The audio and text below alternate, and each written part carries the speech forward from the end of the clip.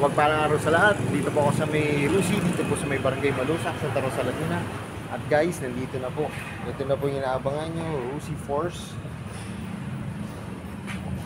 Pogi. For the white po siya. Yan.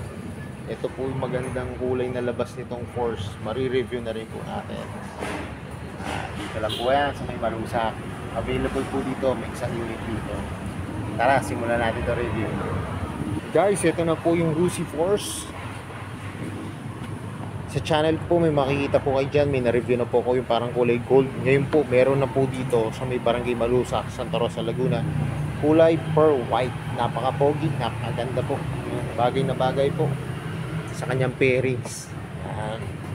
Simulan po natin itong review. Guys, CBS na to. Yung kanyang front shock, saka yung kanyang brake caliper po ay matte black na may naka-emboss na Lucy. Yan. Sa gulong naman po, cordial ang tatak. Ang ganda guys, so ang nipis. Nung sinakyan ko to, ang ganda. Para siyang lowered na. Hindi na kailangan pababaan yung mga gusto ng mga mabababang motor. Yan, maganda po to guys. Sa sukat naman po ng gulong niya,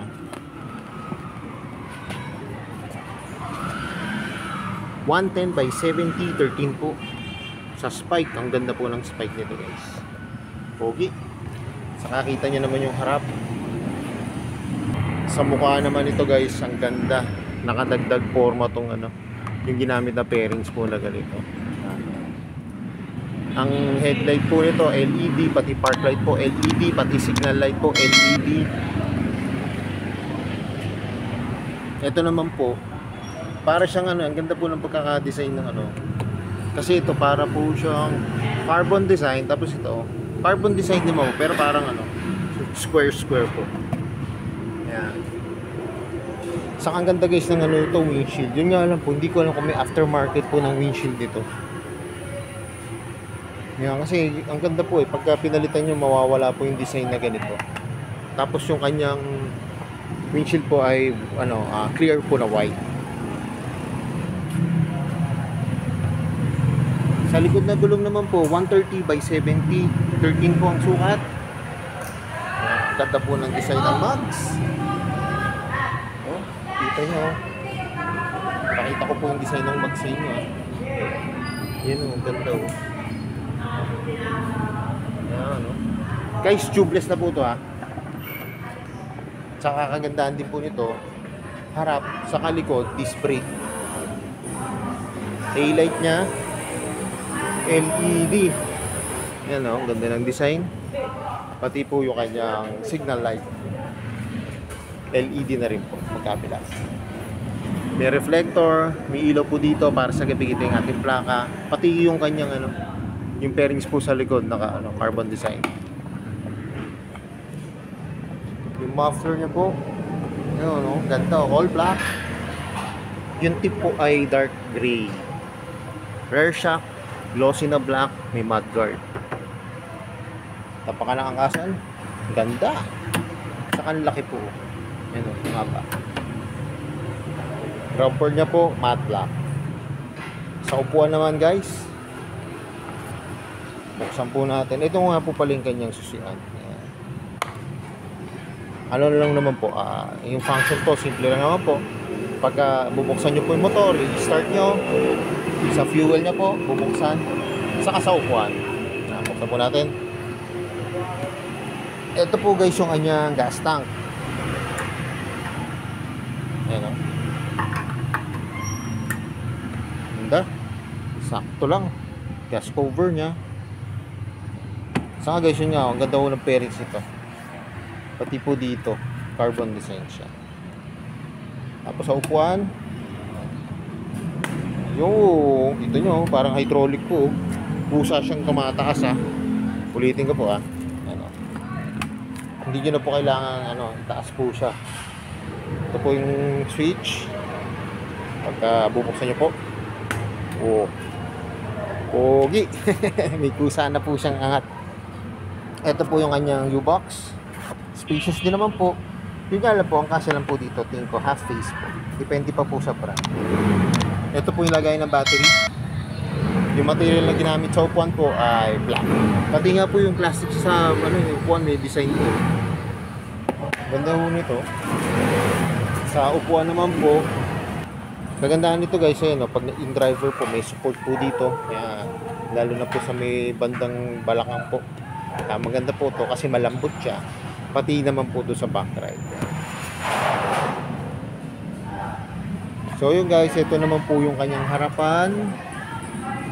May package po dito, dalawa. Yan. Dalawang package. Yun lang po, mababa lang siya. Pwede lang po dito coins.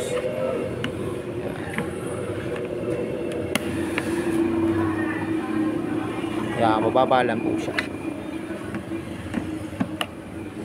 Dito guys, nakalagay yung kanyang USB port. Ayan. Saka dalawa po siya. May pang USB port. Tapos ito parang charging port. Pwede rin kayo mag-charge ng battery dito. Ay pwede po parehas. Para at least dalawa po yung nyo. Yung pwede nyo pagsalpakan. Pwede kayo nakapag nga dito habang yung sa may cellphone nyo po. Tapos meron pa po dito yung charging ng cellphone din.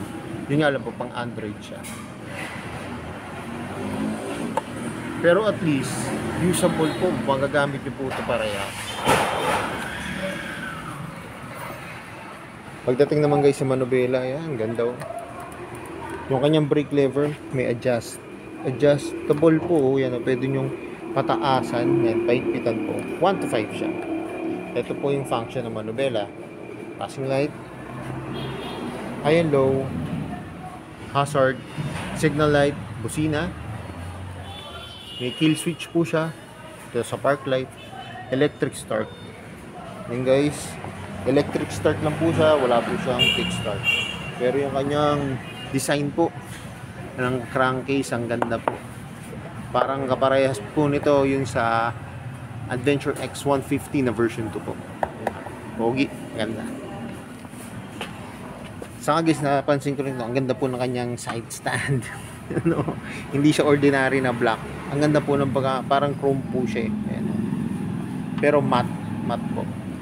Yun naman kanyang center stand po ay glossy na black.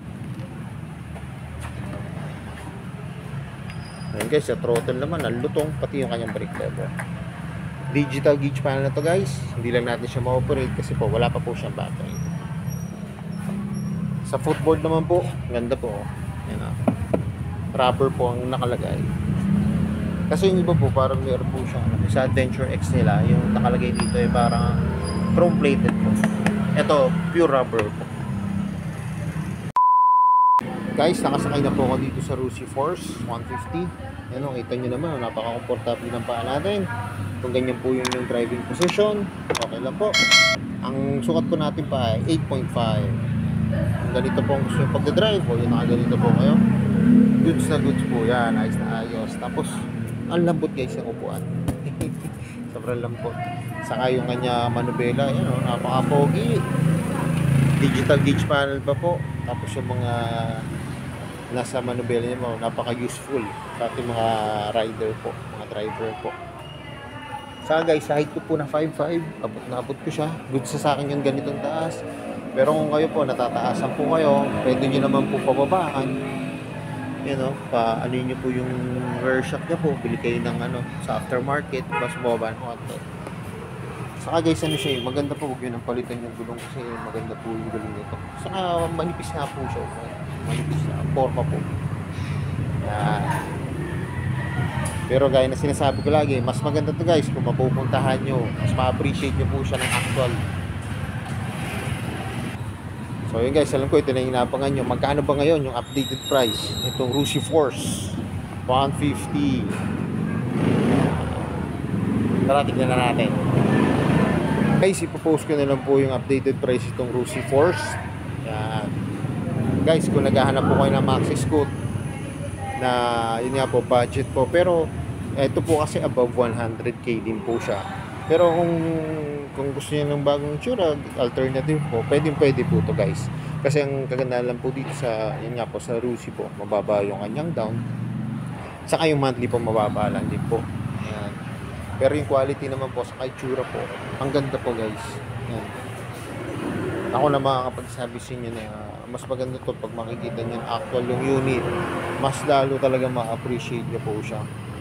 Lalo na po yung mga baguhan sa sa maxi scoot o gusto niya magka maxi scoot, yan pwede po to guys. Kahit po sa mga iba po, pagka yung na-review tong motor na to, maki-impress din po sila dito pag makikita po nila na actual.